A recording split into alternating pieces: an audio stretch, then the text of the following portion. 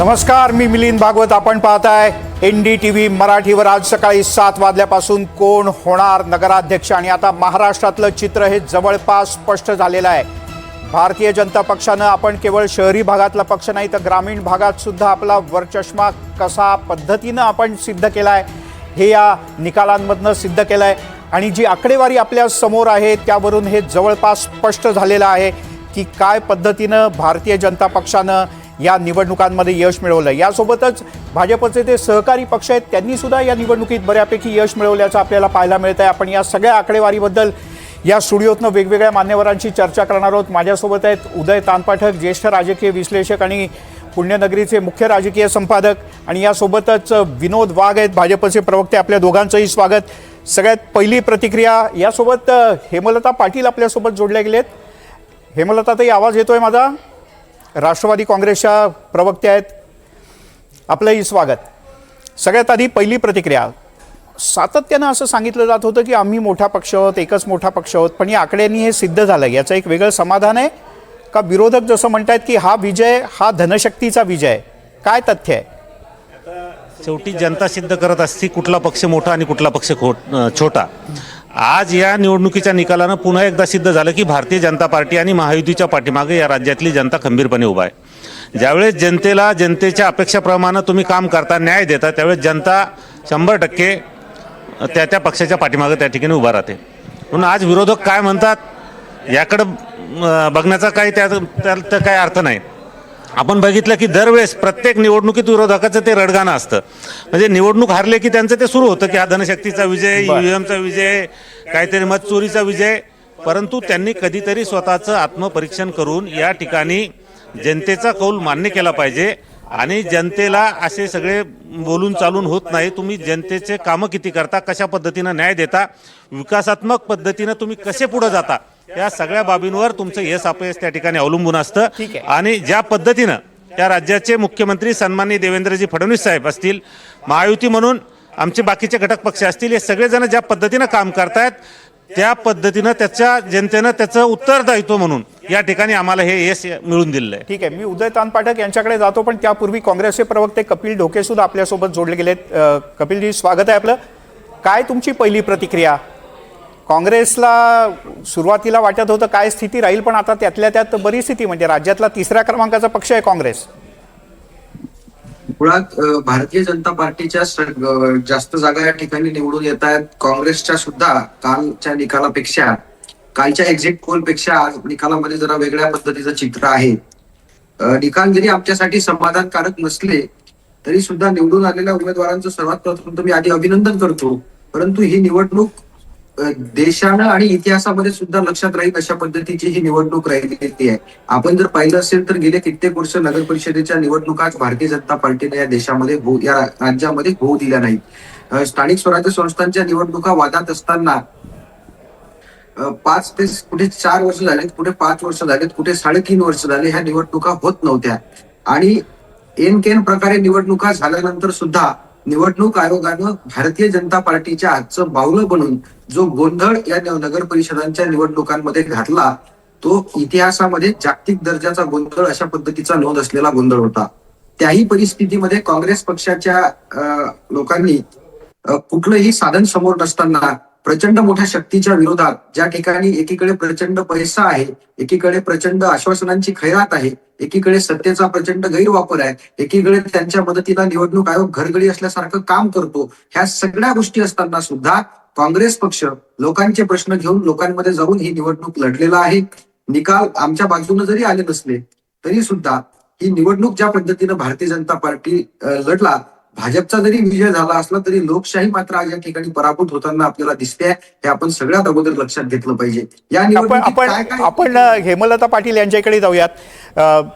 हेमलता ताई, म्हणजे राष्ट्रवादी शरदचंद्र पवार पक्ष की जो ग्रामीण महाराष्ट्रातला वर्षोनवर्ष पाय रोवून उभा राहिलेला पक्ष म्हणून ज्याच्याकडे महाराष्ट्र पाहत होता, आज 2 आकडी संख्या सुद्धा तुम्हाला राखता नाही आली.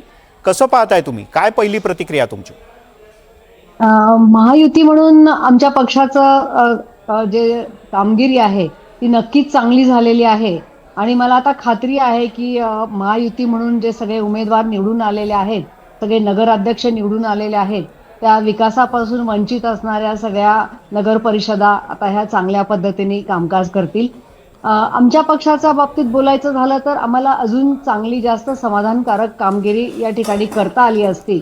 विशेषतः विदर्भ आणि कोकणमध्ये मला वाटतं विदर्भामध्ये आम्ही 54 जागांवरती लढलो आणि त्यापैकी आमच्याकडे 7 जागा मिळाल्या आणि कोकणामध्ये सुद्धा आम्ही 12 जागावर लढलो आणि 1 जागा आम्हाला मिळाली. तर त्या ठिकाणी आम्हाला आमची कामगिरी नक्की सुधारावी लागेल. पश्चिम महाराष्ट्राचा विचार केला तरी आमची कामगिरी चांगली आहे. पश्चिम महाराष्ट्रामध्ये एक नेहमीचं गणित असतं की आघाड्या बनतात आणि आघाड्यांचं राजकारण होतं, कारण सहकारी संस्था आणि ते खूप मोठं जाळं आहे आणि त्यामध्ये त्या संस्थांशी बांधिलकी असल्यामुळे पक्षाच्या चिन्हापेक्षा गट तट गल्ली जात समाज यांचं ते राजकारण असतं आणि त्यामुळे जी विकास आघाडी निर्माण झाली होती त्याच्यामध्ये पण आमचे मोठ्या प्रमाणावरती उमेदवार होते. तर त्या अर्थाने बघितली तर आमची कामगिरी नक्कीच चांगली आहे. परंतु हो, राष्ट्रवादी काँग्रेस पक्षाला अजून कामगिरी जास्त सुधारावी लागेल. संघटनात्मक बांधणी आम्हाला जास्त चांगल्या पद्धतीने करावी लागेल आणि जास्त कॉन्फिडन्सने आम्हाला पुढच्या निवडणुकांना सामोरं जावं लागेल. परंतु या निवडणुका सुद्धा आम्ही पूर्ण ताकदीने लढलो. आमचे नेते अजितदादा पवार अक्षरशः पायाला भिंगरी लावल्यासारखे प्रचार यंत्रणेमध्ये होते आणि सर्वच नेते अतिशय प्रचारामध्ये व्यस्त होते. अतिशय चांगली कामगिरी आम्ही केली. पुण्यामध्ये ज्या पद्धतीचे निकाल लागले, जे एक्झिट पोल NDTV मराठीनं सुद्धा दाखवले होते, अन्यही काही जणांनी दाखवले, जवळपासचे त्याच्या निकाल आहेत. तुम्हाला असं वाटतं महाराष्ट्राच्या ग्रामीण भागानं भारतीय जनता पक्ष जो शहरी किंवा तथाकथित मध्यम वर्गाचा पक्ष होता, या निवडणुकांच्या नंतर तर खऱ्या अर्थानं भाजपला महाराष्ट्रानं ग्रामीण महाराष्ट्रानं स्वीकारला असं म्हणता येईल? वादाकरता असं म्हणता येईल. पक्ष म्हणून भाजपचे नगराध्यक्ष झाले किंवा नगरसेवक जास्तीत जास्त आले किंवा अन्य पक्षांचे असतील, पण जशी जशी जी निवडणूक लहान होत जाते तशी ती अधिकाधिक व्यक्ती केंद्रित होत जाते, ती पक्ष केंद्रित होत नाही. आता ठीक आहे, पक्ष सुद्धा त्या माध्यमांनी पण त्या पद्धतीने निवडणूक घेतली, त्यामुळे तो भाग आपण समजू शकतो की भाजपचे नगराध्यक्ष झाले सगळ्यात जास्त, शिवसेनेचे कमी आले, उद्धव ठाकरे गट संपत आला वगैरे अशा पद्धतीचं म्हणून विश्लेषण करू शकतो आपण. परंतु व्यक्ती केंद्रित निवडणूक असली, लोकांनी माणसं व्यक्ती बघून मतं दिली असावीत असं मला वाटतं. दुसरं म्हणजे बऱ्याच ठिकाणी मग घराण्याशाही पण फार हे केलेलं नाही, लोकांनी एंटरटेन केलेलं नाही असं माझं एकूण हे दिसतंय.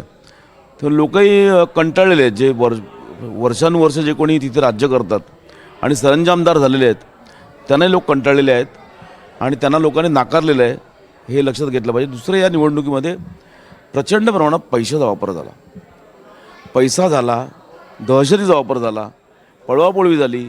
हे महाराष्ट्रामध्ये जे होत चाललेलं आहे, कुठल्याही पक्षाचं त्याला जबाबदार असू देत, पण ते होत चाललेलं आहे. म्हणजे एका गावामध्ये त्या महिलेला फॉर्म भरत जाताना बंदोबस्तात जावं लागतं पहाटे 5 वाजता.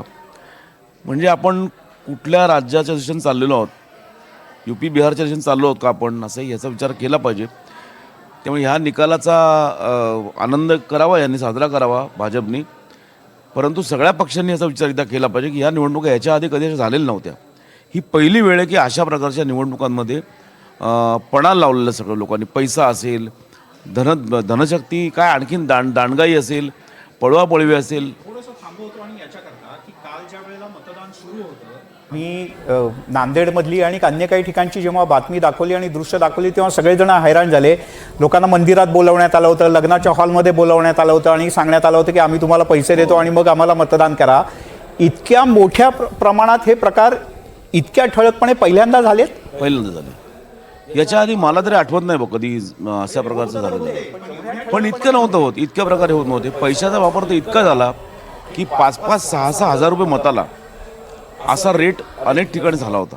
म्हणजे कमीत कमी 2,000 रुपये आणि मॅक्झिमम 5,000, 7,000, 10,000पर्यंत रेट गेला होता. तो कुठला पक्षाने दिला, काय दिला, हा भाग बाजूला ठेवा. पण हे अत्यंत चिंताजनक गोष्ट आहे की महाराष्ट्रासारख्या राज्यामध्ये आपण म्हणतो फुले शाहू आंबेडकर आणि प्रगतिशील राज्य, विकसनशील राज्य, या सगळ्या ह्याच्यामध्ये अशा प्रकारे निवडणुका लढणं नगराध्यक्षपदाच्या आणि नगरपालिकांच्या, हे अत्यंत गंभीर गोष्ट आहे. विनोदजी, तुम्ही मान्य कराल की असं झालं होतं महाराष्ट्रात? मी तुम्हाला हे सांगतो, प्रत्येकाचा तुमच्या जिल्ह्यातला अनुभव काय सांगा? ते सांग. मी आता तुम्ही अनुभव विचारला म्हणून त्याबद्दल सांगतो. मी यापूर्वी 1-2 ठिकाणी ते सांगितलं. मी या निवडणुकीच्या दरम्यान पक्षातर्फे अमरावतीच्या चांदूर बाजार काही ब्रेकिंग न्यूज हाती येतात, आपण त्यावर सगळ्यात आधी नजर टाकूयात. पंढरपूरमधली एक सगळ्यात मोठी आणि महत्त्वाची बातमी या क्षणाची, ती म्हणजे पंढरपुरात भाजपला मोठा धक्का बसलाय. पंढरपुरात भारतीय जनता पक्षाला मोठा धक्का बसलाय. तो प्रणिता भालके या नगराध्यक्षपदाच्या उमेदवार होत्या, तर समाधान आवताडे हे मंगळवेढ्यात निवडून आले आहेत. परभणीत 2 जागी भारतीय जनता पक्ष तर राष्ट्रवादी काँग्रेस विजयी झाली. एका जागेवर शिंदेंच्या उमेदवाराचा विजय झालेला आहे. परभणीत स्थानिक उमेदवारांचा विजय झाला आहे. तर परभणी बार्शीमध्ये दिलीप सोपल यांनाही धक्का बसलाय. राऊत गटाच्या तेजस्विनी कथले या नगराध्यक्षपदी आलेल्या आहेत, तर राजेंद्र राऊत यांची बार्शीवर आता सत्ता असेल. राऊत गटाच्या तेजस्विनी काथले या विजयी झाल्या आहेत. आणि या चर्चेत आता आपल्यासोबत आणखीन काही मान्यवर जोडले गेलेत. राष्ट्रवादी शरद पवार गटाच्या सक्षणा सलगर आपल्यासोबत या चर्चेत जोडल्या गेल्या आहेत. सक्षणाताई, स्वागत आहे आपलं. मगाशी मी प्रश्न एक विचारला होता आणि तो प्रश्न तुम्हाला परत एकदा विचारतो, कारण आता तुम्ही औपचारिकपणे चर्चेत आल्यात. ग्रामीण महाराष्ट्र म्हणजे शरद पवार यांचा गड. शरद पवार म्हणतील ती ग्रामीण महाराष्ट्रातली स्थिती. आजपर्यंतची अशी स्थिती असताना आत्ता 2 आकडी संख्या अजूनपर्यंत झालेलं नाही. स्वतः शरद पवार वयस्कर, त्यांचं तब्येत या सगळ्यामुळे त्यांना जमलं नाही. पण महाराष्ट्रातले राष्ट्रवादी शरद पवार गटाचे बाकीचे नेते काय करत होते? मला आपल्याला सांगायचंय, आत्ता सगळे कल हाती आलेत असं म्हणता येणार नाही. 90% झालेले असतील. परंतु राज्याची जी परिस्थिती निवडणुकांच्या संदर्भातली होती, मी तर ह्या दोघांपेक्षा ज्युनियर आहे, परंतु एक तरुण म्हणून मला असं वाटतं, जे मी बघितलं, मी जालन्याला गेले होते, मी लातूरला गेले होते, बारामतीला गेले होते, काही ठिकाणी जनतेशी संवाद साधला. त्यांच्या आयुष्यातल्या अशा पहिल्यांदा निवडणुका होत आहेत जिथे लोकशाहीचा गळा घोटण्याचं काम भारतीय जनता पार्टीकडून झालेलं आहे. मला ताजं तवाणं तुम्हाला उदाहरण द्यायचं आहे. जे सहकारी त्यांचे पक्ष आहेत भारतीय जनता पार्टीचे, शिवसेना, शिंदे साहेबांची सेना, तेथे एक नेते, जुने नेते, जाणते नेते, सांगोलेचे शहाजी बापूंना रडावं लागलं ढसाढसा. हे आपल्या चॅनलवरती मी पाहिलंय. अशी अराजकता भारतीय जनता पार्टीने केली. एवढंच नाही, कॅन्डिडेटच्या निवडणुका ऐन वेळी स्थगित करणं, त्यांना पुढे ढकलणं, कोर्टात जाणं, कोर्टाशी संगनमत करून निवडणूक आयोग भारतीय जनता पार्टीच्या इशाऱ्यावर नाचत होता. हे आपल्याला कांडोळा करता येणार नाही. अशा परिस्थितीमध्ये आम्ही उभारतोय, आम्ही सामोरे जातो इलेक्शनला. आमचे शशिकांतजी शिंदे साहेब असतील, जयंत पाटील साहेबांच्या आष्टा आणि इस्लामाबादमध्ये त्यांची 1 साइडेड सत्ता आलेलीच आहे. पण मला सांगायचं, एवढं सगळं CBI, ED त्यांच्या हातात आहे, इलेक्शन कमिशन ऑफ इंडिया त्यांच्या हातात आहे, कोर्ट सुद्धा हातात असल्यासारखं आहे. म्हणून आमचे फुटलेले जे पक्ष आहेत, आम्हाला दाद अजून मिळत नाहीये. हे सगळं देश जनता पाहते ना. मुख्य आरोप लक्षात आले. एवढे गंभीर आरोप आहेत तुमच्यावर. काय केलं काय तुम्ही? आज आपण हे सगळं जे चित्र बघतोय ना, याचं मूळ कारण हेच आहे. हे कधी हे फक्त आरोप करत राहायचं, मुळात ते आत्मपरीक्षण कधी करत नाही, त्याच्या खोलात कधी जात नाही. आपण कुठं चुकतो, त्याच्यावर कशी दुरुस्ती करायची हे ते कधी बघत नाही. म्हणजे सक्षमताच नाही म्हणत, म्हणजे त्यांचे सगळे नेते. महाविकास आघाडीचं काय चुकतं की ते कधीच आत्मपरीक्षण करत नाही. आपला पराभव का होतो, जनता आपल्याला का नाकारते, याच्या सखोल खोलात ते जात नाही, त्याचं उत्तर शोधत नाही. फक्त आपण निवडणूक हारलो की EVM, दादागिरी, पैशाचा वापर, हे असे पाठ केलेले ठराविक शब्द आहे. एवढे शब्द वापरायचे, आपल्या झालेल्या पराभवावर पांघरून घालायचं, परत पुढच्या निवडणुकीला सामोरं जायचं, त्या निवडणुकीत परत पराभव करून घ्यायचा. अशा पद्धतीचं राजकारण हे करतात. मला असं वाटतं, कुठल्याही पक्षाच्या नेत्यांनी, कुठल्याही पक्षाच्या पदाधिकाऱ्यांनी आणि त्या पक्षांनी जर भविष्यात आपल्याला सुधारणा करायची असेल, आपला पक्ष जर प्रगतीच्या दिशेने न्यायचा असेल, आपला पक्ष राज्यात जर 1 नंबरच्या स्थितीवर आणायचा असेल, तर आपण कुठं चुकलो या चुकाचं आत्मपरीक्षण त्यानं करणं गरजेचं आहे. ठीक आहे. आणि दरवेळेस आपण जिंकलो. मग आता ईश्वरपूरमध्ये काय झालं? ईश्वरपूरमध्ये जर जयंत पाटील त्या ठिकाणी जिंकले, मग त्या ठिकाणी आम्ही म्हणायचं इस्लामपूर, आता ईश्वरपूर. ईश्वरपूरमध्ये ज्यावेळेस त्या ठिकाणी आम्ही म्हणायचं का की जयंत पाटलांनी दादागिरी केली, जयंत पाटलांनी पैशाचा वापर केला? असं नाही. ज्या ठिकाणी आम्ही हरलो त्या ठिकाणी आम्ही मान्य करतो, आमचा पराभव मान्य करतो आणि पराभव मान्य करू. मला थोडंसं जो मुद्दा सक्षणाताईंनी उपस्थित केला होता आणि त्याला विनोदजी यांनी उत्तर देण्याचा प्रयत्न केला, त्याला पुढे मी आणखीन घेऊन जातो. आपल्यासोबत मनीषा कायंदे थोड्या वेळात जोडल्या जातील, पण आता अनिल परब यांनी सुद्धा म्हटलं तेच आपण हेमलता पाटील यांनाही विचारूयात. हेमलताजी, तुमच्यावर भारतीय जनता पक्षावर शिंदे सेनेवर असा थेट आरोप आहे. तुम्ही पैशांचा एवढा पाऊस पाडलात की जनता त्यात वाहून गेली आणि म्हणून महाआघाडीच्या उमेदवारांना निवडून येता आलं नाही. असं वाटतं की प्रत्येक वेळी कोणावरती आरोप प्रत्यारोप करण्यापेक्षा आपल्या स्वतःमध्ये काय सुधारणा केल्या पाहिजेत आणि आपण कशा पद्धतीने लोकांच्या समोर गेलं पाहिजे याच्यावर विचार करणं गरजेचं आहे. आपण बघितलं बाकीच्या पक्षांमध्ये आदरणीय शरद पवार साहेब असतील ते प्रकृतीचं असल्यामुळे सगळीकडे फिरू शकले नाहीत, किंवा काँग्रेसमध्ये जर बघितलं तर काँग्रेसचे बरेचसे नेते फील्डवर सुद्धा नव्हते. अनेक महत्वाच्या नेत्यांनी स्वतःच्या पक्षाच्या चिन्हावर सुद्धा निवडणुका लढवल्या नाहीत. विदर्भामध्ये काँग्रेसनी चांगली कामगिरी केली, पण इतर ठिकाणी काँग्रेसचे नेते कुठेतरी भूमिगत असल्यासारखे होते. काँग्रेसच्या कार्यकर्त्यांनी त्या निवडणुका जिवंत ठेवल्या, त्यांनी त्या निवडणुका लढल्या.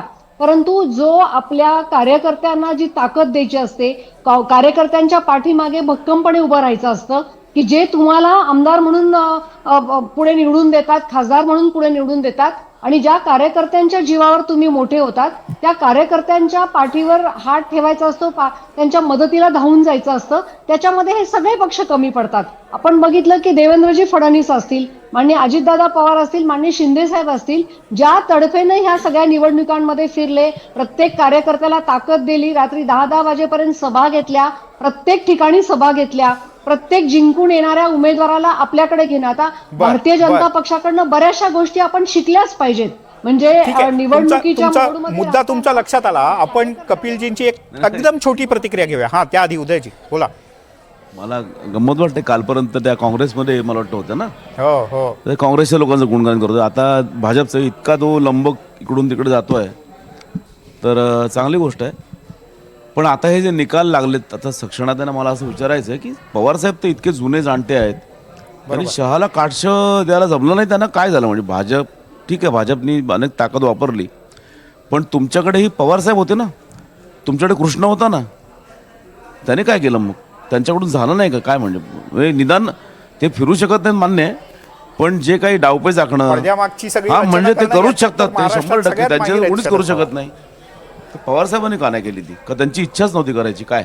सर, मी आपला अत्यंत आदर करते, आपण ज्येष्ठ विश्लेषक मोठे पत्रकार आहात, परंतु महाराष्ट्राचं चित्र माझ्यापेक्षा जास्त तुम्हाला माहिती आहे की तुमच्या आयुष्यामध्ये सुद्धा तुम्ही पहिल्यांदा अशा निवडणुका बघताय.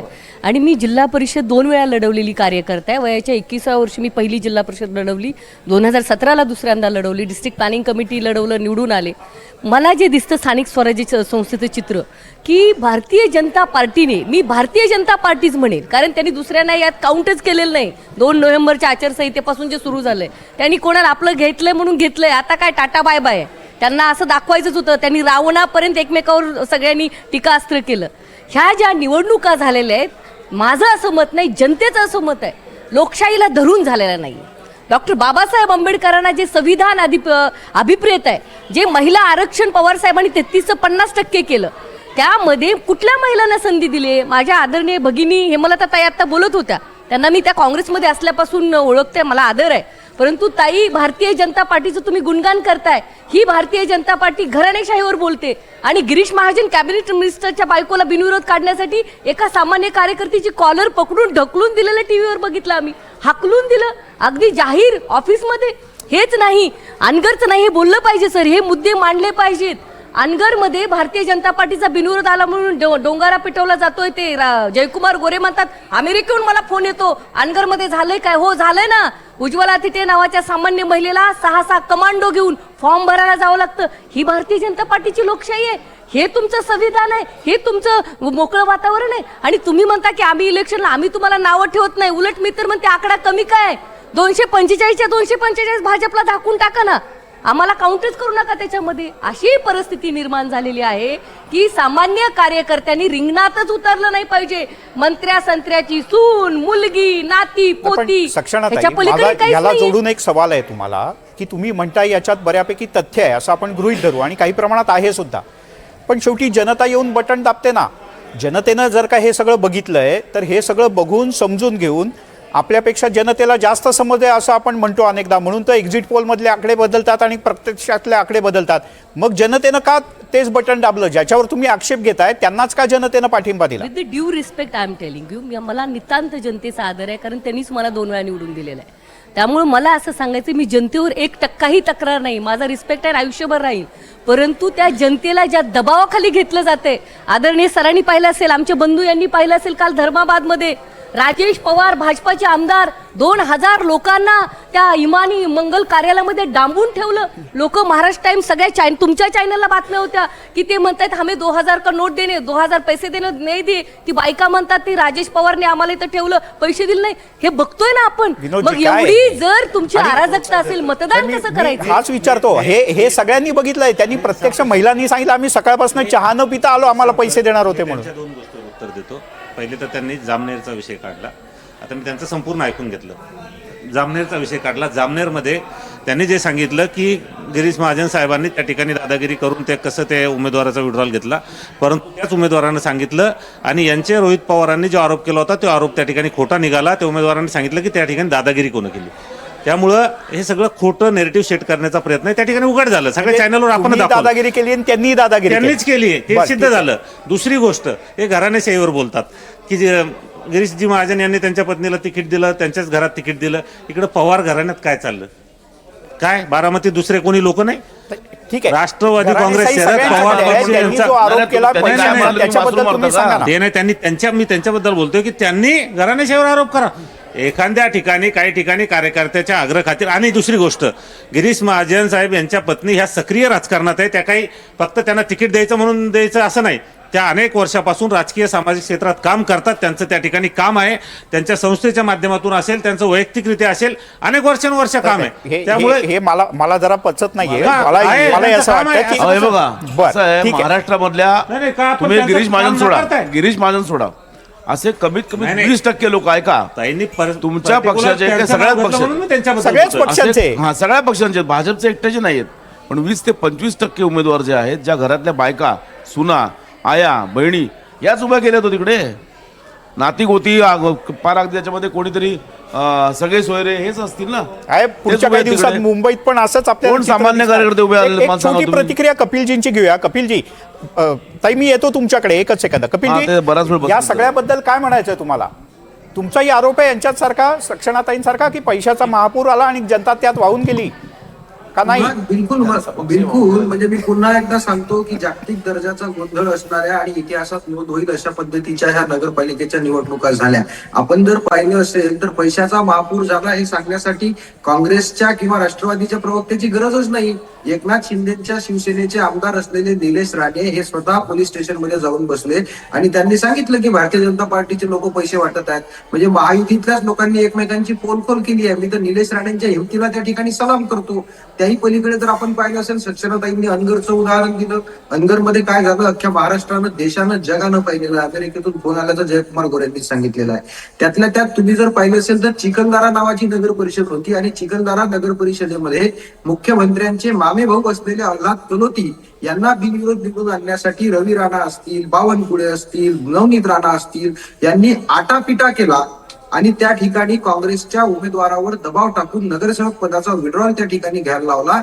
आणि परंतु त्या ठिकाणी आमचे यशोमतीताई ठाकूर आणि बळवंत वानखेडे साहेब खासदार यांनी जोरानं लढून चिखलदऱ्याच्या नगर परिषदेत काँग्रेसचा नगराध्यक्ष त्या ठिकाणी आणि 20 नगरसेवक त्या ठिकाणी निवडून आणले. ही त्या लोकांनी सुज्ञ जनतेची साथ आहे. परंतु अशा पद्धतीचे अनेक उदाहरणं, जामनेरचं उदाहरण त्यांनी सांगितलं, कालचं धर्माबादचं म्हणजेच उदाहरण आपण पाहिलं असेल. मला हेच म्हणायचं होतं ना कपिलजी, की ज्या ठिकाणी जनतेनं साथ दिली त्या ठिकाणी दबाव कोणाचा का असेना, जनतेनं ठरवलं होतं ना कोणाला मत द्यायचं. स्थानिक ठिकाणी ते दिलं. हेमलताताई बोला, तुम्ही मुद्दा मांडा, मग आपण पुढे. त्या ठिकाणी त्यांची जागा निवडून आली नसती. म्हणजे त्यांची आल्यानंतर सुज्ञ जनता काय लावलंय. चुकीच्या पद्धती वापरल्या तुम्हाला मान्य करावं लागेल ना विनोदराव. वगैरे असं कसं काय? बोललं. तुम्ही सांगा मला ना, आपल्या पैशाचा- समोर- अरे जिथं जिथं तुमचे लोक निवडून आले तिथं जनता सुज्ञ, आणि जिथं तुमचे लोक निवडून आले तिथं जनतेवर रोष काढायचा, जनतेवर राग व्यक्त करायचा. एक मिनिट, नाही, पण त्यांचं मी- काय फार आलेलं कुठलं नाही. तरी बदला ना. नाही, त्यांचे काय फार आलेले नाहीयेत. तुम्ही काळजी करू अहो, नका. जे पण तुमचेच आले जास्त ते, आले. जे पण आले ते अहो, विनोदराव, आपण काळजी करायची आम्हाला गरज नाही. काळजी त्यांनी केली पाहिजे. मिलिंदजी, ठीक आहे, आमच्या जिथं हेमलताताई, आमच्या मी जास्त येतो. जरी आले आणि आमच्या काही ठिकाणी जरी पराभव झाला, कमी ठिकाणी झाला, तरी आम्ही त्याचं आत्मपरीक्षण करू. बरं. कारण आम्ही सक्रिय कार्यकर्ते आहे. नाही, तुमच्या पद्धतीनं नाही चालणार. तुमच्या पद्धतीनं नाही चालणार. तुम्ही जसं म्हणताल तसं थोडी चालणार आहे. लक्षात आलं. आपण मला एक प्रश्न विचारायचा अधिकार द्या. बरं, मी मला एक तुम्हाला प्रश्न सगळ्यांना विचारायचा. थांबवतो. फडणवीस आणि भाजपची हवा असल्याचं दिसतंय, कारण भाजपचे सर्वाधिक 129 नगराध्यक्ष निवडून आले. त्या खालोखाल शिवसेना शिंदे गटाचे 51, राष्ट्रवादी अजित पवार गटाचे 35, काँग्रेसनं सुद्धा विरोधकात असताना बरेच चांगली कामगिरी केली. 35 नगराध्यक्ष काँग्रेसचे निवडून आलेत. पण राज्यातला सगळ्यात मोठा पक्ष ठरला आहे भारतीय जनता पक्ष. महाराष्ट्रात सगळ्यात जास्त जाहीर सभा या निवडणुकांच्या करता घेतल्या होत्या, त्यासुद्धा देवेंद्र फडणवीस यांनीच घेतल्या होत्या. आणि एक मोठं यश भारतीय जनता पक्षाला या निवडणुकांमध्ये मिळताना दिसत आहे. आणि बालाजी गाडे काँग्रेसचे नेते आपल्यासोबत या चर्चेत सहभागी झालेत. आपलं स्वागत. तुमच्याकडे येण्यापूर्वी मगाशी आपण या चर्चेत थांबलो आणि पाठोपाठ वेगवेगळ्या पक्षाचे नेते बोलत होते. त्यापूर्वी हेमलताताईंना काही मुद्दा मांडायचा होता. हेमलताताई, अगदी 30 सेकंदात पटकन सांगा की त्या काँग्रेसमध्ये होत्या आणि लोलक कसा इकडून तिकडे फिरला. मला फक्त एकच सांगायचंय की एखादा कार्यकर्ता ज्याचे वडील कोणी आमदार खासदार नसतात, ज्याचे सासरे कोणी आमदार खासदार नसतात, तो जर पक्ष बंधनामध्ये राहून जर चांगलं कामगिरी करत असेल, 6 वेळा महानगरपालिकेला निवडून येत असेल आणि जेव्हा आमदारकीची निवडणूक त्या कार्यकर्त्याला निवडायची असते तेव्हा जर ते तिकीट विकलं जात असेल तर म्हणून नाइलाजाने त्याला तो पक्ष सोडावा लागतो. म्हणून लगेच त्याच्यावरती आरोप करणं हे योग्य नाहीये, हे मला सांगायचं होतं. आणि आता जे संजयजी राऊत म्हटले की मशीन सेट केले होते, तर मी आता अजितदादांना फोन लावणार आहे आणि त्यांना सांगणार आहे की जर मशीनच सेट केले होते तर एवढ्या प्रचार सभा कशाला घेतले, कशासाठी एवढे दौरे केले आणि कशासाठी एवढे तुम्ही सगळे लोक फिरले, हेही मला असं वाटतं की त्यांना आता विचारावं लागेल. बर, या चर्चेत आता बालाजी गाडे आत्ता नव्यानं सहभागी झालेत. आपण त्यांच्याकडे आधी जाऊयात, त्यांना आधी या सगळ्यांना संधी देऊयात. त्यांना आपण आधी बाकीच्यांना बोलायला दिलं होतं. बाकीच्या सगळ्या राजकीय पक्षांच्या पेक्षा काँग्रेसची स्थिती जरा चांगली आहे असं नाही वाटत तुम्हाला? कारण म्हणजे देवेंद्र फडणवीसांनी एवढ्या 50-55 सभा घेतल्या, तुमचे नेते ना एवढे फिरले ना, तुमच्या नेत्यांनी फार प्रचारात सक्रिय भाग घेतला ना, केंद्रातनं कोणी आलं तर काही विषयच नव्हता, तरी सुद्धा तुम्हाला मिळालेल्या या आकड्याकडे कसं पाहताय? नेते फिरले नाहीत हा जो काही विषय आहे, हा कदाचित राज्यातलं जे सत्ताधारी पक्ष आहे तो जाणीवपूर्वक, मी आज सकाळपासून अनेक ठिकाणावरती पाहतोय, हा प्रोपोगंडा तयार केला जातोय की काँग्रेसचे नेते फिरले नाहीत. मुळात असं नाही. आमचे प्रदेशाध्यक्ष हर्षवर्धन सपकाळ असतील, विजय वडेट्टीवार असतील, यांनी 50-50 सभा घेतलेल्या आहेत. मराठवाड्याचं म्हणायचं असेल तर अमित देशमुखांनी 25 सभा त्यांनी घेतलेल्या आहेत. त्यामुळे नेते फिरले आणि सगळीकडे जाऊन त्यांनी प्रचार केला. पण काँग्रेस पक्ष हा जनमानसातला आजही मोठ्या प्रमाणावरती जनाधार आणि मानणारा वर्ग काँग्रेसच्या मागे आहे. आणि हे जे आकडे दिसत आहेत भारतीय जनता पक्षाचे, आपण जे सांगताय, किंवा मग त्यामध्ये शिंदेचे असतील किंवा अजितदादांचे यांचे असतील, हे सगळे आकडे जे मी तथ्यांवरती बोलतोय, आरोप म्हणून नाही इथून जे सांगणार आहे ते, तर तो विषय असा आहे की कालची जी घटना घडली, काल भाजपचे आमच्या नांदेडमधले एक आमदार, त्यांनी 2000 लोकांना मंगल कार्यालयामध्ये डांबलं आणि त्यांना मतदानाचे पैसे वाटतायत, त्याचे व्हिडिओज समोर आलेत. त्याचे प्रतिनिधी, त्यांचे बॉडीगार्ड सोबत आहेत, व्हिडिओमध्ये दिसत आहेत. मग ही निवडणूक पारदर्शक आहे का? नंबर 1. नंबर 2, निवडणूक आयोगाला भेटायला गेल्याच्या नंतर सर्व पक्ष याच्यामध्ये आम्ही पुरावे दिले ढिगभर तिथं की या मतदार या त्रुटीच्या आहेत आणि त्या बदला. निवडणूक आयोगानं ते ऐकलं नाही आणि कोर्टानं सांगितलं होतं की पारदर्शक निवडणुका घ्या.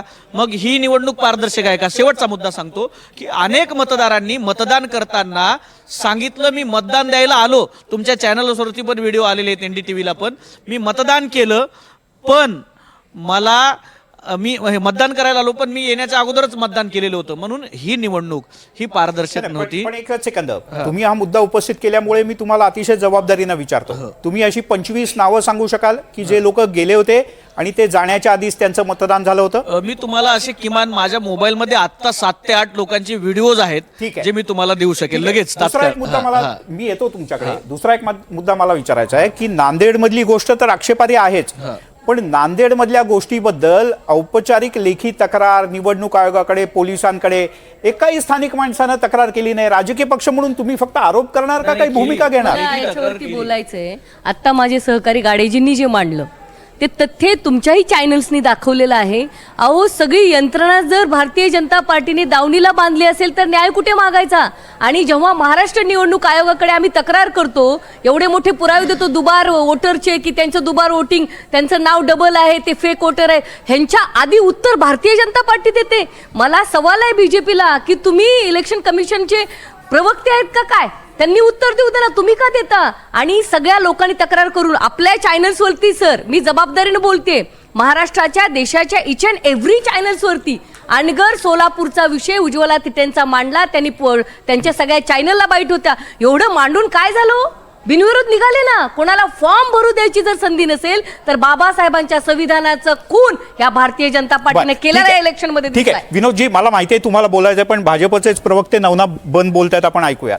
मगाशी या दोघांनी जो मुद्दा मांडला होता त्याला विनोदजी तुम्ही उत्तर देत होता, बोला. या दोघांनी एक विषय काढला की दुबार मतदाराबाबत. मग दुबार मतदाराच्या बाबतीत तुम्ही हे करत असताना याद्या पुनर्रचनाच्या बाबतीत जर तुम्ही विषय काढता, मग बिहारमध्ये ज्यावेळेस SIR स्थापन झालं त्यावेळेस तुम्ही SIRला विरोध का करता? दुसरी गोष्ट, बिहारमध्येच तुम्ही आता जसं बालाजीरावांनी सांगितलं की एक कुणाच तरी मतदान दुसऱ्यांनी मारून घेतलं, असंच यांनी बिहारमध्ये सुद्धा केलं होतं. नंतर त्यांनी समोर येऊन सांगितलं, निवडणूक आयोगाने त्याची खातरजमा केली, त्यांनी स्वतःचं मतदान स्वतः केलं होतं. त्यामुळे असे फेक व्हिडिओ, जसं आपल्या बाबतीत मुंबईच्या बाबतीत सांगितलं गेलं, महाविकास आघाडीकडून वारंवार सांगितलं गेलं की शौचालयाच्या नावावर कुठेतरी मतदान टाकलंय, 2-2, 3-3 मतदार. त्या शौचालयाच्या तिथली जाऊन परिस्थिती बघा. नवी मुंबईतला विषय आहे. त्या ठिकाणी ज्यांनी शौचालय चालवायला घेतलं, खाली शौचालयांवर ते राहतात. दुसरी गोष्ट, त्यांनी सांगितलं की कुठंतरी शिंदे जे आयुक्त आहे नवी मुंबईचे, त्यांच्या घरच्या पत्त्यावर काहीतरी 100-150 मतदार नोंदले. अहो, तो एक ट्रेडमार्क होता, तिथला एक ॲड्रेस त्यांचा त्यांनी याचा टाकला. ठीक आहे.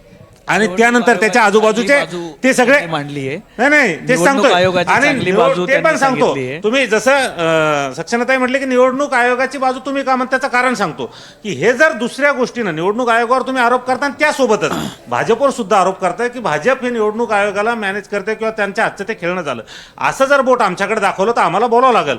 जिथं निवडणूक आयोगाला तुम्ही प्रश्न विचारला ठीक तिथं आहे. निवडणूक आयोग बोलत, पण जिथं आमच्यावर बोट उचललं जाईल तिथं मी आम्ही आता राजकीय विश्लेषक आणि जे विजय सत्य आहे, तानपाठक तुम्ही का जात आपल्यासोबत नाही? आहेत. निवडणूक आयोगानं यांना ज्या ज्या वेळेस बोलवलं त्यावेळेस हे जात नाही. हे फक्त बरं, बाहेर ठीक आहे, बोलतात, मीडिया ठीक आहे. समोर बोलतात, सभागृहातून walkout करतात, 30 सेकंद बोला थोडक्यात. मला एवढंच सांगायचं आहे की यांनी जी आकडेवारी सांगितली आहे, सक्षनाताईंच्या पक्षाचे अशोक बापू पवार नावाचे आमदार आहेत पुण्यातले, त्यांनी निवडणूक आयोगाला एक तक्रार केली की माझ्या मतदारसंघामध्ये शिरूरला एकाच घरामध्ये 188 मतदार आहेत. आणि नंतर ग्रामविकास अधिकाऱ्याला लेखी पत्र दिलं आणि विचारलं की अमुक ग्रह क्रमांक कुठे आहे आणि किती लोक राहतात. तिथं ग्रामविकास अधिकाऱ्याने त्यांना लेखी उत्तर दिले की अशा क्रमांकाचं घर 2015 नंतर अस्तित्वात नाही. या पुराव्यानिशी त्यांनी निवडणूक आयुक्तांना, आयोगाला सगळं दिलं. आयोग उत्तर देत नाहीये. आम्ही पुराव्यानिशी, म्हणजे हा एक झालं, असे असंख्य पुरावे आहेत. याचाच अर्थ काय तर हे सगळं मग तुम्ही SIR ला विरोध का करता? होता ना, यादा पुनर्रचना होतं ना. SIR ला विरोध का करता? म्हणजे तुम्हाला बाहेरचे घुसपेट, बाहेरच्या देशातले घुसपेट ते लोक तुम्हाला चालतात. ठीक आहे, ठीक आहे. आपण मगाच्या एका मुद्द्याकडे येऊया. बंगालमध्ये इथे काय आहे? बरोबर आहे. मग यादा पुनर्रचना होऊ द्या ना. बरोबर आहे. यादा आपण पुनर्रचना होऊ द्या ना. याहीपेक्षा महत्वाच्या मुद्द्याकडे आपण जाऊयात. सगळे आणून ठेवले. याहीपेक्षा महत्वाच्या म्हणजे तुम्ही आणि सक्षणाताईंनी मांडलेल्या मुद्द्याकडेच आपण जाऊयात. उदयजी, मला तुम्हाला विचारायचं आहे की गेल्या काही काळात, म्हणजे आता आपण नांदेडमधली तर घटना पाहिली की लोकांना लग्नाच्या हॉलमध्ये ठेवलं होतं, मंदिरात जमवलं होतं. पण माझा त्याचा पुढचा प्रश्न आहे, मी एखाद्या भागात राहतो आणि एखाद्या राजकीय पक्षाचा उमेदवार मी लोकांना सांगितलं आणि तुम्ही 500-500 रुपये देतो, तुम्ही या मंगल कार्यालयात. जेवढा राजकीय पक्ष जबाबदार आहे तेवढेच लोकही जबाबदार आहेत ना या सिस्टीम मध्ये. अत्यंत गांभीर्याने घेणं बरं झालं. हा विषय तुम्ही काढलात, हा कुठेतरी बोलायला पाहिजे होता की मतदारांनी, हे बघा, विकत घेणारा माणूस कधी असतो, विकले जाणार आहेत तेव्हा. इथे रांग लागली आम्हाला विकत घ्या म्हणून सांगायला. हे तुम्ही ग्रामीण भागातलं म्हणता, आपण शेतकरी गरीब आहे तिथे होतं असं, ठीक आहे.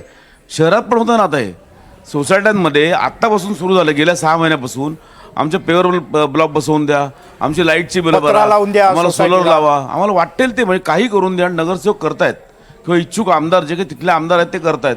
आणि कुठे कशातून करतात ते तर नगरसेवक निधीतून करतात, आमदार फंडातून त्यांना परवानगी दिलेली आहे त्यातून करतात ते. तर ह्या सगळ्या गोष्टी मतदार तेवढेच जबाबदार आहेत विकले आणायला. तर फक्त निवडणूक आयोग असेल, राजकीय पक्ष असतील, उमेदवार असतील, यांना दोष देऊन चालणार नाही. तेवढेच दोषी हे विकले येणारे आहेत. आणि त्याच्यामुळे याच्यापुढे मतदारांना लक्षात ठेवा की तुम्ही पैसे घेऊन जर मत दिलं असेल त्याची किंमत ते वसूल करणार. कुठली गोष्ट कोणी फुकट देत नाही. माझ्या नगरसेवकाने मला मत द्यायला जर 5,000 दिले असतील तर तो 25,000 काढणार त्यातून, आणि मला बोलता येणार नाही त्यातून अजिबात. मग कोणी बोलू नये त्याच्यामध्ये. बरं, एक खूप महत्त्वाचा आणि जळजळीत विषय या निमित्तानं उपस्थित झाला आहे चर्चेत, आणि याकडे आपण सगळ्यांनीच गांभीर्यानं पाहणं अत्यंत गरजेचं आहे. आपण मतदार आहोत आणि म्हणून केवळ दुसऱ्याकडे बोट दाखवलं तर ते फार सोपं असतं. स्वतःकडे 3 बोटं असतात याचा आपण प्रत्येकानं विचार केला पाहिजे. एका थोड्या पुढच्या मुद्द्याकडे जाऊया चर्चेत. कोकणाकडे वळूयात. आपण आता एक एक विभागानुसार चर्चा करूयात.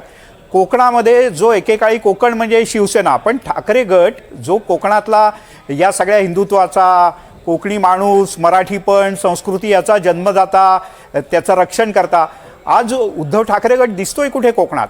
तुमच्या दृष्टीने उदयजी काय याची प्रमुख कारण आहेत? मग बाकीच्याही मान्यवरांकडे जाऊयात. नाही, याचं कारण मुळात कोकण हा मुंबईशी संबंधित जास्त आहे. म्हणजे मुंबई कोकणातच आहे शेवटी. तर कोकणामध्ये शिवसेना अजूनही बघा तुम्ही, आजही शिवसेना जास्त आहे एकाने का होईना. भाजपचे 9 असतील तर शिवसेना 10 आहेत. 10 आहे. त्यामुळे तो भाग कोकणात अजून शिवसेना अजूनही हे आहे. भाजप जी तिथे झाली ती शिवसेनेमुळे तिथे वाढलेली आहे, हेही मान्य करावं लागेल कोकणामध्ये विशेषतः. कारण आत्तापर्यंत शिवसेनेचं फार तिथे, भाजपचं फार ते काम नव्हतं किंवा त्यांना फार यश मिळत नव्हतं. यावेळी मिळालेलं आहे. आता पक्ष म्हणून त्यांनी ते फार काम केलेलं आहे. महायुती म्हणून त्यांना यश मिळालं असेल. पण कोकणामध्ये अजूनही शिवसेनाच नंबर 1 आहे. उद्धव ठाकरे नाहीत. याचं कारण संघटना लेवलला काम नाही. शिवसेना म्हणजे पूर्वीची शिवसेना जी असेल ती आत्ताची असेल ती कार्यकर्ते, शिवसैनिक, शाखा प्रमुख, विभाग प्रमुख या लेवलले आहेत. बाळासाहेब ठाकरे हे निवडणुकीच्या वेळी बाहेर निघायचे. बरोबर. बाळासाहेबांचं वर्णन जे केलं जातं की बाळासाहेब ठाकरे हा उत्सवातला गणपती आहे. 9 दिवस असतं पण बाकी सगळे दिवस कार्यकर्ते सांभाळतात. बरोबर. हे महत्त्वाचं आहे. तसं इथे उत्सवी गणपती राहिला नाही, त्यामुळे कार्यकर्ते निघून गेले. हा भाग आहे त्यातला. बरोबर. पण मग राष्ट्रवादी शरद पवार गटाच्या संदर्भात सुद्धा तसंच काहीसं म्हणता येईल की स्वतः शरद पवार न फिरल्यामुळे सुप्रिया सुळे लोकसभेच्या अधिवेशनात सक्रिय होत्या, रोहित पवार हे अन्य काही गोष्टींमध्ये सोशल मीडियात होते. तर या सगळ्यात थेट पवार कोणी नाही आणि त्याच्यामुळे कार्यकर्तेच फिरत राहिले, नेतेच नव्हते. जसं उबाठाचं तसंच याचं, म्हणून दोघांचे आकडे तसेच आहेत ना. थोडं ते झालेलं आहे तसं. बघा, पवार साहेबांची एकूण तब्येत, त्यांच्या या सगळ्या गोष्टी पाहता त्यांच्याकडून अशी अपेक्षा करणं चुकीचं आहे. पण कार्यकर्ते जर जोडलेले असतील तर कार्यकर्त्यांचं तेवढंच काम आहे, त्यांची तेवढी जबाबदारी आहे. म्हणजे त्यांच्या 2 नंबरची फळी ती नाहीच आहे तिकडे. आधी मुळात 10 नंबरच्या नंतर पुढे सगळं सुरू होतं. त्यामुळे ते काय कोणी फिरलेलं दिसत नाही त्याच्यामध्ये. आणि कार्यकर्तेसुद्धा मग विचार करतात की काय करायचं आपण आता. याचे परिणाम तुम्हाला मी सांगतो. याचे परिणाम पुढे दिल्लीच्या राजकारणात दिसेल तुम्हाला. म्हणजे उद्या शरद पवार गटाने केंद्रामध्ये मोदींना पाठिंबा दिला तर मला आश्चर्य वाटणार नाही. हे मी आता जबाबदारीने बोलतो तुम्हाला मी. बरं, सक्षणात एक छोटी प्रतिक्रिया आणि मग भाजपच्या नेत्यांकडे जाऊया. मी माझ्या पक्षाची प्रवक्ता म्हणून इथे बोलते. मला आदरणीय पवार साहेबांचं राजकारण सरांना माहिती आहे. मोठे नेते आहेत पवार साहेब आणि सगळ्यांना अधिकार आहे पवार साहेबांवरती बोलण्याचा. ते अनप्रिडिक्टेबल आहेत, हो मान्य आहे. पण मला एक सांगायचं आहे की ते वयाच्या 87 वर्षी सुद्धा आम्ही कार्यकर्त्यांनी त्यांनी गावात येऊन आमचा प्रचार करावा म्हणणं ही चूक आहे. कारण नरेंद्र मोदी यांच्या जे म्हणतात की नरेंद्र मोदीची मी त्यांचं बोट धरून राजकारणात आलोय.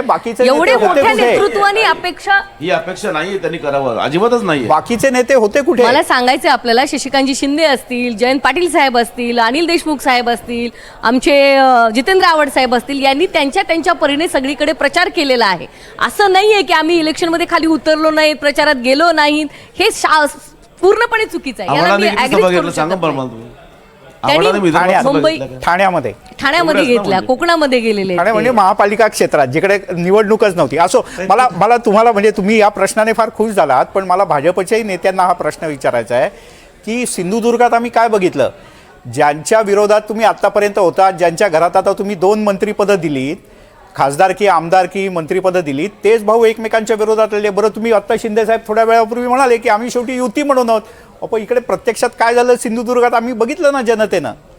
मी सांगितलं आम्ही महायुती म्हणून राज्यात निवडणूक लढलो. काही ठिकाणी कार्यकर्त्याच्या आग्रहाखातर मैत्रीपूर्ण लढत आम्ही त्या ठिकाणी लढलो असेल. त्यामुळं त्यात काय नाही. कुठेही आम्ही सांगितलं महायुती, शेवटी हा विजय महायुतीचा आहे. मी या पहिल्याच्याही 1-2 ठिकाणी बोलताना सांगितलं की आमचा सिंधुदुर्गातला विजय हा कुठल्या राण्यांचा आहे आणि मग तो जर का चिन्हाचा विजय असेल तर तो स्पेसिफाय करा ना. जाणार कुठं? मी तेच सांगितलं. मी यापूर्वी प्रतिक्रिया दिली की ताटात साठलं काय आणि वाटीत सांडलं काय एकच. इथे महायुतीच्याकडेच येणार आहे. ते काही महाविकास आघाडीकडे जाणार नाही. ते महायुतीचाच विजय आहे. शेवटी काही ठिकाणी आम्ही जरी वेगळं लढलो, परंतु निवडणूक झाल्यानंतर आम्ही पुन्हा वैचारिक दृष्टिकोनातून एकत्रच आहोत. पुढं महायुती म्हणूनच एकत्र राहणार आहोत. त्यामुळे आम्ही सगळे एकत्रच राहणार आहे. त्यामुळे त्याच्यात काही चिंता करायची काही काम नाही. तुम्हाला मान्य करावं लागेल की शिंदे साहेबांची तुम्हाला भीती वाटू लागायला पाहिजे आता थोडं पुढच्या काळामध्ये. आणि आम्हाला एकनाथ भीती शिंदेची वाटायचं वाढती ताकद हा कारण तुम्हाला चिंतेचा आमच्या विषय असू स्पर्धाच नाही, भीती वाटायचं कारण आम्ही हातात हात धरून सोबत घेऊन पुढे जातोय. त्यामुळे आमच्यात कुठली स्पर्धा नाही, हाताला कुठला ठीक वाद आहे. नाही, हाताला कुठलाही घालणं वाद ठीक आहे, नाही. पायात पाय घालणं जास्त वाढेल आता याच्या पुढे. नाही ते पायात पाय घालायची संस्कृती यांच्याकडे जास्त आहे, त्यामुळे आमच्याकडे ती संस्कृती गोष्टी नाही. मला जोडतो एक मी. गोष्ट इथे सांगायची, आता मी सरांचं ऐकत होते, बीजेपीचे प्रवक्ते ते असं म्हणतात की आम्ही सगळे एकच आहेत. म्हणजे मला जनतेला सांगायचंय, ताटातलं वाटीत सांडलं काय आणि वाटीतलं ताटात सांडलं काय. तुम्हाला बेवकूफ बनवण्याचा कार्यक्रम भारतीय जनता पार्टी असेल, शिंदेसेना असेल यांनी त्या ठिकाणी केलेला आहे. मग हे नाटक कशासाठी? तिकडे तर तुम्ही बापूंना लढला नाही धाडी का? महाविकास आघाडी टाकायच्या. बऱ्याच ठिकाणी म्हणजे वेगवेगळ्या- मला एक सांग, तुम्ही काही लढला नाही का करून बऱ्याच एन ठिकाणी? केन करून थोडंसं निवडणुका थांबवतो.